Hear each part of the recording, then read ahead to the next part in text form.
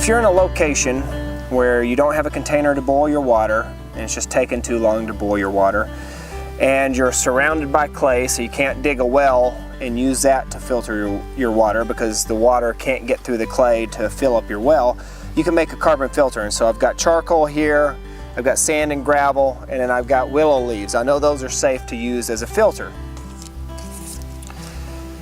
And then I've taken willow bark. It's not very flexible. It would be better to make this a cone shape, but all I've done is I've clogged the end with some clay because I've got plenty of clay around. And any cracks that I saw, or potential cracks, I've just closed those up with clay so that the water won't leak out and get into my container and potentially contaminate it.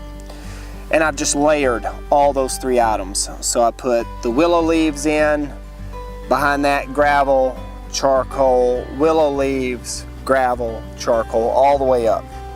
And so I'm starting the filtering process with the willow leaves. Now you may notice I've got a little stick here. That piece of clay is shaped into a funnel, so when all the water gets down there, it's going to funnel that out, and this acts like my cork. So I just pull that out and let it slowly drip out. It takes some time for that water to get down through here, so don't think it's going to be immediate. It may take an hour to fill up your container, but that's what you want. You want a slow process so you can filter out all the pathogens. And then the reason I left this stick in while I was building it is I didn't want it to close the hole up because the clay is still soft and it's going to have to remain soft or it'll crack. And so you may have to replace that every day, every other day. Just depends on how wet it stays. If it stays pretty wet, you won't have to replace it as often. And so when I get ready to use this, I'm going to hang it up in the tree, and then I'll pour my water in, it'll filter down, and then it'll come out that area here, and then I can pull that stick out before I start using it. Just make sure you don't pull the whole cork out. And now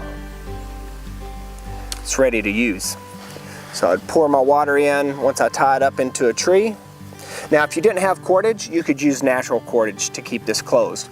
Or let's say you don't have any cordage at all, you could take a lot of clay and cover this and make it a giant funnel. That works too. You can use clay by itself and then just stack these items inside clay, but it's going to crack over time. You got to keep it pretty wet for the clay to stay and keep its funnel shape.